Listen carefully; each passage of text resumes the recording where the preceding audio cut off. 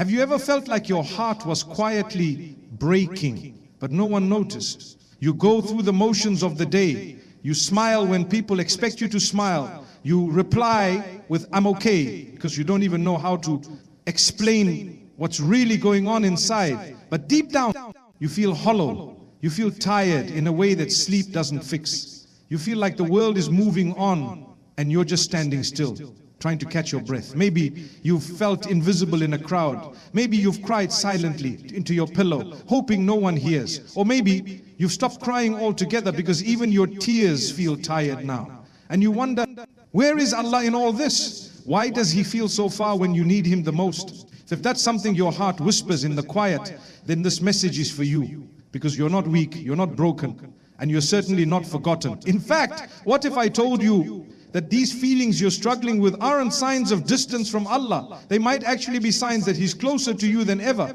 You see, we've come to believe that being close to Allah means being constantly happy, strong, and unshaken. But that's not what faith always looks like.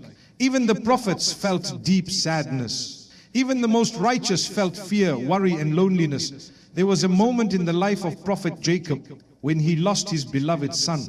And in his grief, he said, "I only complain of my sorrow and my sadness to Allah." He didn't hide his pain. He took it to the one who understands it completely. That's what you're allowed to do. That's what your heart is being called to do. Because sometimes the emotions we're most ashamed of, the ones we bury and try to silence, are actually the heart's way of reaching for Allah. When you cry alone in the dark, when you whisper a dua with trembling lips, when you feel like no one understands you, Allah does. He sees every tear.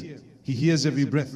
And even when you can't find the words, He already knows what your heart is trying to say, the pain you're carrying. It's not a punishment. It's a sign. It means your soul is reaching out.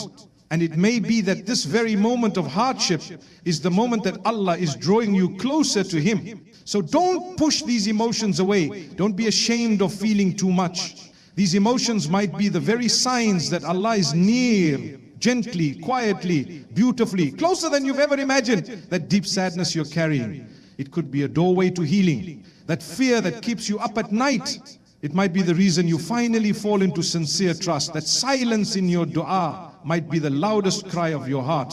And Allah responds always. So stay with me. This isn't just a reminder, it's a lifeline. Over the next few moments, I'll walk you through 7 powerful emotions that so many of us feel. Emotions that don't mean you're failing in faith. They may actually be signs of divine closeness. Together we'll unpack these feelings. We'll explore why they hurt and how they can lead us not into despair but into peace. This is not a lecture. This is a journey, a quiet one, a healing one. And if your heart is tired, if your soul has been whispering for a sign, this might be it. You are not walking alone. Allah is near. And every emotion you're feeling might be His way of calling you back to Him. Let's walk through this together. There's something that many of us silently carry, a question we're often too afraid to ask out loud. If I'm trying so hard to be close to Allah, then why do I feel so distant from Him? You pray, you make dua, you try to be a better person, but still the pain lingers. The anxiety doesn't stop, the heartbreak doesn't heal. And after a while you start to wonder, is this a sign that my faith is weak? That Allah is displeased with me? But that couldn't be further from the truth. Emotional struggle is not spiritual failure. It's human, it's real, and it can even be sacred. That trusting Allah means never crying. That true belief means always having clarity, confidence, and peace. But when you open the stories of the prophets, when you look at the lives of the most beloved souls to Allah, you'll find tears. You'll find moments of deep sadness. You'll find silent prayers in the middle of the night. Not for more blessings, but just for strength to keep going. Even the most righteous hearts have broken. Even they ask, when will relief come? What does that tell you? It tells you that emotion or raw, painful, overwhelming emotion is not a sign of weakness. It can be a sign of being fully alive, fully present, and fully turned toward the one who created your heart in the first place. That feeling you carry, that ache, that worry, that emptiness. It may not be a wall between you and Allah. It may actually be the bridge that brings you closer to Him. Because here's something many people don't realize. Some of the most powerful spiritual moments don't come in happiness. They come in brokenness. When your voice shakes in dua, when your heart feels heavy but you still choose to believe, when your soul feels tired but you still whisper His name, these are not signs of distance, they're signs of longing, they're signs of trust. There are signs that your heart is still reaching for Allah even when everything around you feels like it's falling apart. You see, emotions aren't the enemy, they're the language of the soul. And when you feel deeply, when you feel sadness, fear, confusion, guilt, or even numbness, those emotions are calling you to pause, to reflect, to reconnect. They are not here to destroy you, they're here to remind you you are not alone in your pain. So many of us carry quiet battles. We put on smiles and carry responsibilities. We show up every day even when our hearts are heavy. And in all of that, we forget Allah sees what others don't. He knows what the world overlooks. He knows the nights you've cried. He knows the effort you've made. He knows how hard it is to keep believing when nothing makes sense. And He is near. The Quran tells us clearly, indeed, with hardship comes ease. Not after hardship, with it meaning while you are in pain, ease is already surrounding you. While you're crying, healing is already unfolding. While you're feeling distant, mercy is already close. That's the message we need to remember. Your emotions are not problems to be fixed, they are signs to be honored. They are spiritual invitation calling you back to your Lord. So in this video we're going to look at 7 specific emotions, 7 feelings that many of us struggle with quietly, believing they make us less faithful, less strong, less worthy. But what if these emotions are actually gifts? What if feeling deeply is a sign that Allah is softening your heart? What if sadness is preparing you for peace? What if silence is drawing you into remembrance? We'll explore that gently, honestly, and together. Each emotion we talk about will come with comfort, with perspective, with a reminder that even in your lowest moments, Allah is never far. He's closer to you than you realize. And these emotions, they might be the very signs your heart has been waiting for. Now that we understand emotions aren't something to be ashamed of, but signs that Allah may be closer than we think. Let's walk through 7 specific emotions many of us feel and explore how they can actually bring us nearer to Allah. These are not random feelings. They are powerful spiritual invitations calling you back to peace, back to healing, and back to your Creator. Let's begin with the first one. You're in your room, alone, everyone's asleep, and for some reason, your heart just can't hold it in anymore. The tears come, and no one sees them. No one hears your pain. But Allah does. These moments, these tears are not wasted. They are the purest conversations between you and the one who knows your heart better than you do.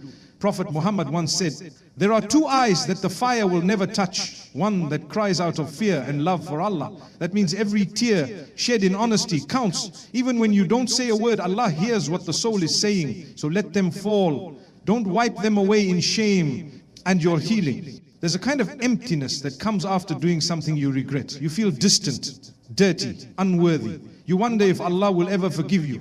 But that guilt, that discomfort, that's not rejection, that's your heart trying to return. He said, all my servants. So if you're feeling empty after falling, know that this is the moment to turn back, say a sincere dua, ask for forgiveness, and know that Allah is not tired of you even if you are tired of yourself. There are days when the sadness just feels too heavy. You don't want to get out of bed. Nothing excites you. Everything feels gray. You might even feel guilty, like, why am I sad when I should be grateful? But sadness is not a sign of ingratitude. As part of being human, even Mary, one of the most honored women in history, felt overwhelmed. She once cried, I wish I had died before this. Not because she lacked faith, but because the pain was real. If you feel overwhelmed, know this. You are allowed to grieve. You are allowed to rest. You are allowed to feel broken. And Allah in His mercy is near, especially when you feel most fragile.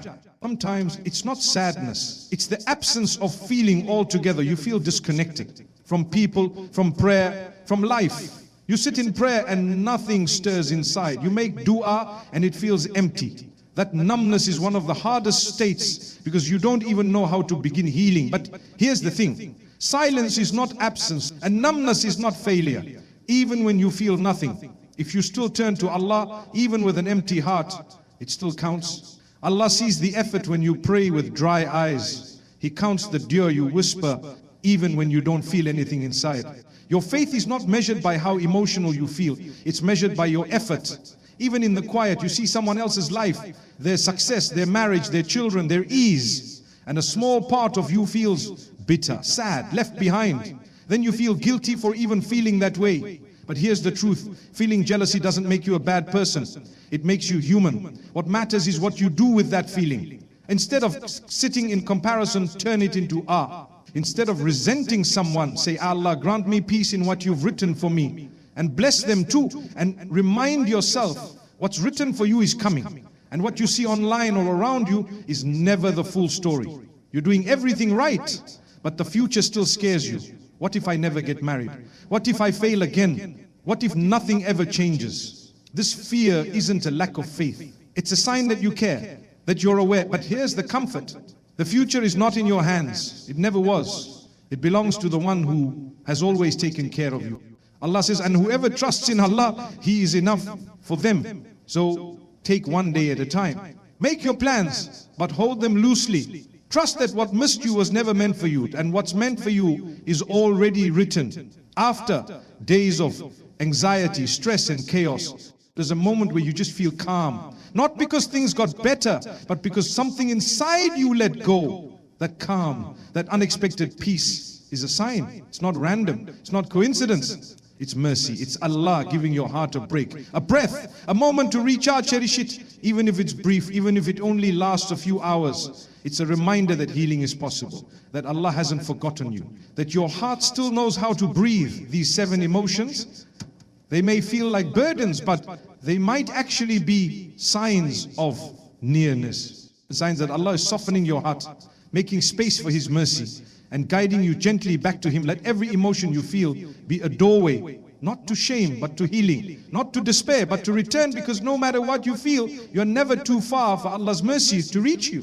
Now let's bring all of this even closer to home, because understanding emotions in theory is one thing. But what about when you're in the middle of real life pain? Let's talk about the challenges so many Muslims quietly face. Not in books, not in ideal situations, but in the real world, with real pressures, real heartbreaks, and real questions. You've been patient, you've been kind, you forgave what most people would have walked away from, but still the hurt continues. The same person who claims to love you keeps breaking your trust. The words they say tear you down. The way they treat you drains you, and yet you stay. Because you believe in loyalty, because you were taught to forgive, because you hope they'll change. But here's the truth, forgiveness doesn't mean allowing yourself to be destroyed. Loyalty doesn't mean becoming numb to emotional pain. Allah sees what no one else sees. He knows how much you've endured. And sometimes stepping away is not weakness, it's strength. Sometimes choosing peace is choosing to honor your dignity. If a relationship keeps pulling you away from your peace, your worth, and your remembrance of Allah, it might be time to let go, with love, with trust in what Allah has planned ahead.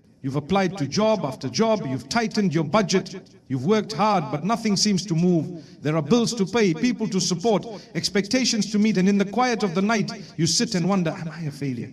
But you're not your degree. The Prophet said that if we truly trusted in Allah the way we're meant to, we would be provided for just like the birds who leave their nests hungry in the morning and return full by night. So keep trying. But don't carry the burden alone. Speak to Allah in your struggle. Ask for help in your sujood. Let the pressure become dua. Let the tension lead to trust. You're smiling. You're functioning. You're doing everything you're supposed to do, but inside there's a storm. You're anxious all the time. You feel like you're drowning, but no one notices because you've gotten good at hiding it. And maybe you've even asked yourself, is this because my faith is weak? No, it's not. Mental health struggles are real. They are not a reflection of your Iman.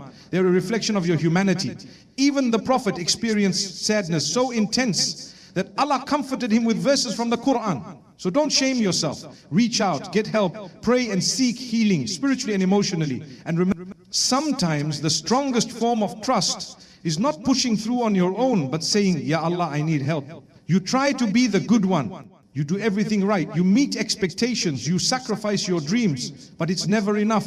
You don't see your effort. They overlook your pain. And deep down you start to feel invisible in your own home. But Allah sees. Even if your family never says thank you, even if no one acknowledges the battles you fight in silence, Allah counts every effort, every unspoken frustration that you hold back just to keep the peace. He knows how exhausting it is. And He promises that no good deed, no matter how small, ever goes to waste. So keep going. Not for people, not for praise, but because your reward is written not in their words but with Allah. And sometimes it's not one big event, it's just a low hum of sadness, a slow heaviness you can't explain, you're not sure why, but you don't feel like yourself anymore. There's no trauma, no headline, no drama, just a quiet ache. And you wonder if it even matters. If Allah sees it, He does. He's the one who knows what's hidden in the chests. Even the emotions you can't describe have a place in His mercy. So talk to Him. Even if your voice shakes, even if you don't know what to say, even if all you can whisper is, Ya Allah, help me. Whatever your struggle is, you're not alone.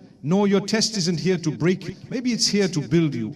Maybe that ache you carry isn't punishment, but protection. Pay us your lowest moment is the beginning of your deepest connection with Allah. Let your challenges become reminders. Let your sadness become softness. Let your confusion lead to dua, because your emotions don't make you less faithful. They might just be the exact path that's leading you closer to the one who created you. So if you've been feeling any of these emotions, sadness, fear, emptiness, guilt, jealousy, numbness, or even sudden calm, please don't rush to judge yourself. Don't assume that your emotions mean you've failed or that Allah is far.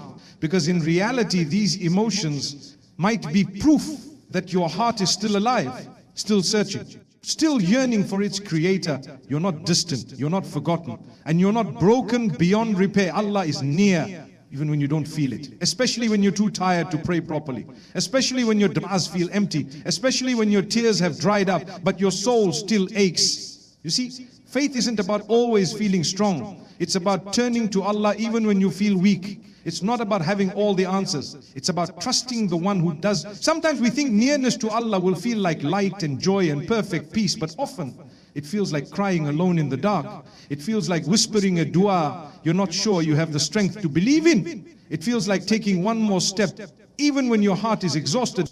The Quran says, when my servants ask you about me, tell them I am near. I respond to the call of the caller when they call upon me. He didn't say when the righteous call me or when the perfect believers call me. He simply said when they call. That means you, exactly as you are right now. No matter how long it's been, no matter what you've done, no matter what you're carrying. So if you've been waiting for a sign to return to Him, this is it. If your soul has been whispering for something, anything, to remind you that you're not alone, let this be the moment your heart remembers. Allah is not far, He's near. He always has been. You don't have to have it all figured out. You don't have to fix everything today. You just have to take one honest step toward Him, and He in His mercy will carry you the rest of the way. If this message reached your heart, don't keep it to yourself. Share it with someone who might be struggling in silence. You never know who needs this reminder, and if you're ready to reconnect, start with one simple dua. Ya Allah, I don't have the words, but you know my heart. Please bring me back to you.